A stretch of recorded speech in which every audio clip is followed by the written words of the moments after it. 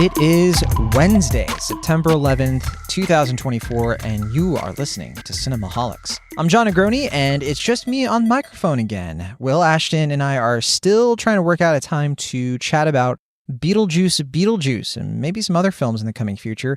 He's still working out when he's going to be able to see it, but in the meantime, I have a few news stories to talk about.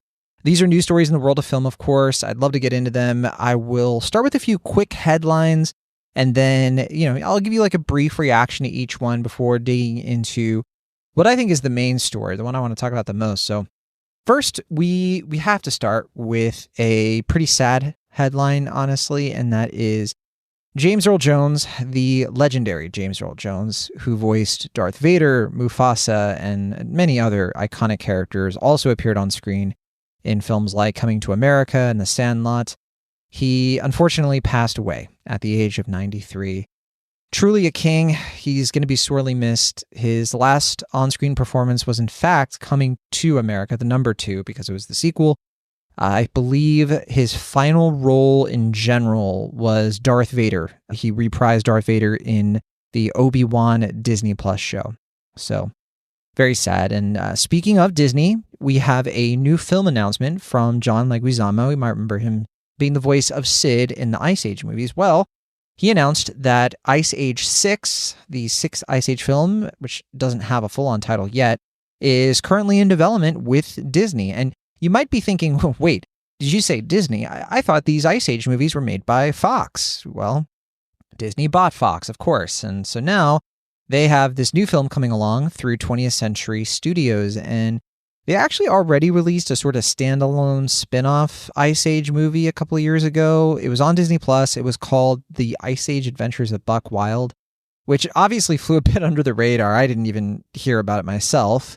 And look, it makes a lot of sense for Disney to do this. Ice Age is one of the most financially successful film franchises of all time. I think just media franchises on top of that, believe it or not. And it's been nearly a decade since the last one came out in theaters, Collision Course, which was 2016, I believe. So I think we can expect this next movie to be a pretty huge hit, especially with such a large gap of time in between releases, time to build up the anticipation and all that.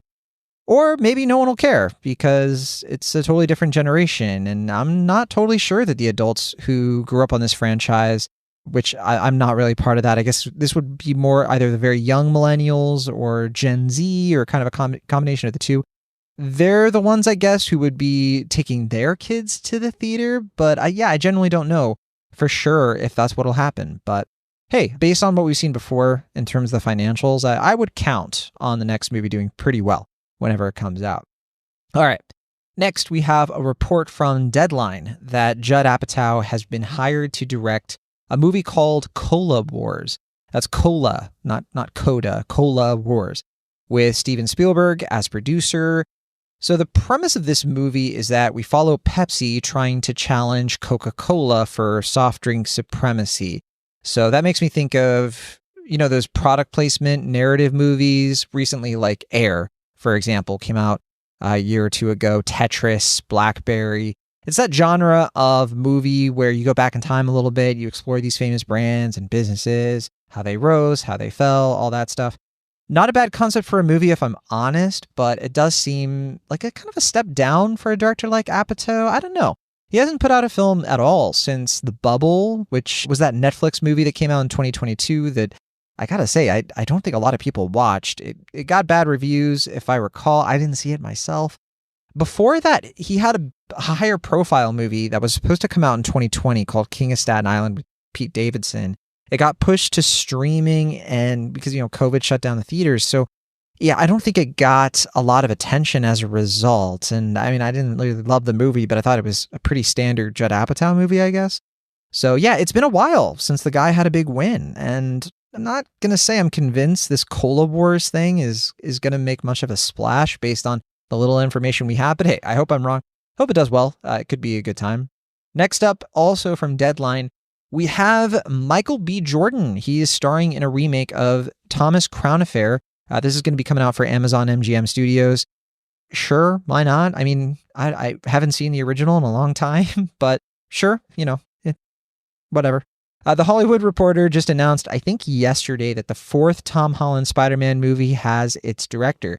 So that is Destin Daniel Cretton, who directed Shang-Chi for Marvel. He's going to go over to Sony to do a Marvel adjacent Spider-Man movie. Remember, these movies are not MCU movies technically. They're in the MCU, but they're made by Sony. That was always the deal. But now the Tom Holland Spider-Man movies are exclusively Sony based on all those terms. So yeah, kind of interesting that a Marvel director is going to be working on a Sony/Marvel-ish movie. This stuff is getting too confusing for me personally, but hey, I'm anxious to learn a bit more about how this movie is going to come together, what it's really going to be like. With a new director, that could be a good thing, or it could be so different from the home movies that, the John, I think it was John Watts who did those movies, I want to say, that, hey, maybe it won't work out. Who knows?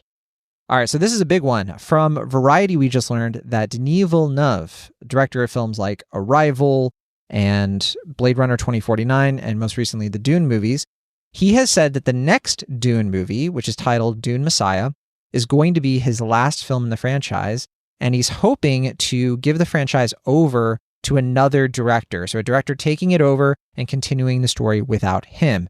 In this case, I would assume Villeneuve would maybe be like a producer and that's it. Worth pointing out, by the way, that Denis Villeneuve is technically working on 3 films at the moment. So Dune Messiah is one of them, of course, but also he's working on Cleopatra and another movie called Rendezvous with Rama. So I'm not surprised at all that he wants to step away from this franchise after the 3rd movie. These movies take a lot of time to make, of course. And if anything, I think that they should just end the franchise on a high note if the 3rd one is indeed like a home run. I think the 2nd one was really, really good. And I got to say, I can't imagine going beyond 3 films and it just getting better. Who knows? It could be a Toy Story situation for all we know. But I guess chances are higher that once Villeneuve is out, that maybe that's a sign to just kind of let the franchise go. I guess it depends on how they handle the 3rd film and if it ends on a cliffhanger or something like that. So guess we'll have to see. So good news for Villeneuve, in my opinion. I think he's a great director, and I'm happy to see that he's going out on his own terms when it comes to this franchise.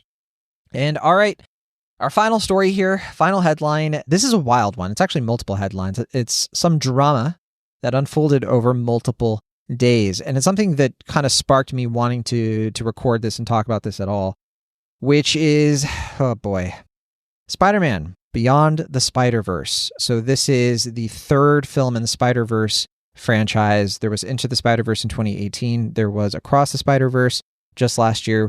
One of my favorite movies, animated movies ever, probably. I love Across the Spider-Verse. Was it 2023 or 2022? I don't remember. But yeah, it was in the last year or two. But yeah, so, okay, the drama. It all started with a widely discredited film journalist named Jeff Snyder. And widely discredited is putting it lightly, quite honestly. So he came out and claimed that the filmmakers, Chris Miller and Phil Lord, were scrapping the 3rd movie, Beyond the Spider-Verse, and basically starting over, effectively delaying the release by years. I think they said 2027 he said 2027 was possibly the new release date. Not long after he put this out there and outlets started running with it for some reason, the composer of the film, Daniel Pemberton, spoke out on social media about this whole thing and said, no, this isn't real. This is fake news. I forget what his post said exactly, but it was along those lines where he was like, no, this isn't true. Snyder got pretty snarky about this. He doubled down on his reporting, and the outlets started reversing and being like, oh yeah, okay, maybe this rumor, isn't true. Until finally Chris Miller himself came out and said unequivocally that the movie is doing just fine. He posted, quote, nothing has been scrapped. The reels are coming along nicely. Despite all this, Snyder still doubled down and started attacking Miller and Pemberton about it. I think there was like an email kind of thing that was shown about him basically making fun of them. It was ridiculous. But finally today, Snyder apologized. I guess you can call it an apology. So he posted this, quote, was gonna wait a beat, but might as well do this now. I'd like to publicly, all caps, apologize to @Chris Miller and @Daniel Pemberton for yesterday's outburst, which was completely uncalled for.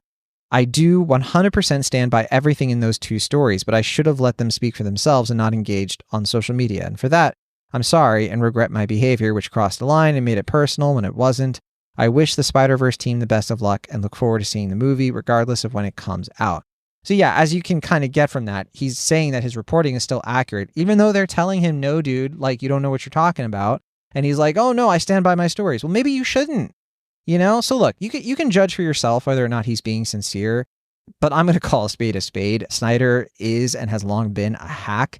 And I said this in our Discord just the other day that, the guy legitimately makes Grace Randolph look semi-credible. And I guess the thing that frustrates me the most about all this is how quickly and easily the rumors spread across the internet without enough people doing their due diligence. Because I'll say for myself that the moment I saw this news come through, the context that it was coming from Snyder was not super apparent or given its proper scrutiny. It should have been caveated like crazy. And I'm not going to call out these film update social media accounts directly because stones and glass houses and all that, but I so desperately crave a new landscape where these accounts just do better to weed out stupid, unfounded rumors from genuine reporting. And I get it. We're talking about relatively low stakes stuff in the grand scheme of things. So I don't want to make this sound like a bigger deal than it is.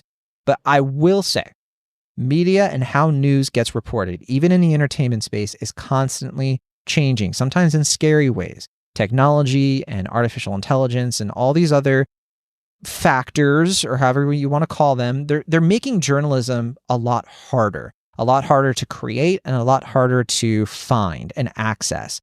And I'm not saying that as a journalist, of course. I'm not really a journalist. I'm more so a film critic. I'm a general enthusiast for these things. I'm somebody who wants access to high quality, timely news reporting that I can trust. It's going to fuel my enthusiasm for good art. It's going to give me context for when I go to see these things because I care about these things that we're watching.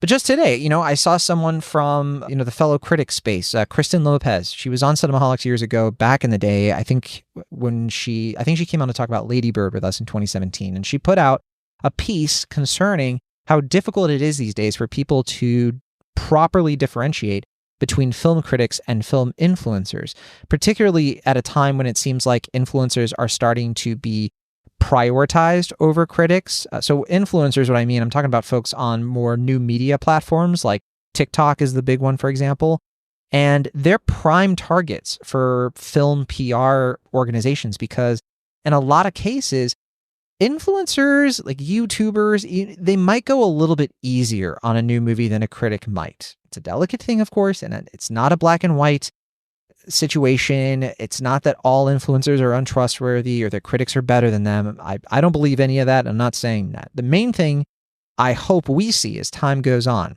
and as the times keep on changing is that people are able to better discern who they're getting their information from and that they're able to find credible writers and podcasters, video essayists, I can never say that, and whoever else, who can be that resource for helping them narrow down what to watch and what's coming out and all that good stuff. There's people who would say that, back in the day, I was more of an influencer than a critic. Influencer, small I, because it's not like I had a huge reach like a lot of these YouTubers. But, I've even kind of gone along those lines back when I wasn't reviewing films as formally, where I didn't feel like a critic as much.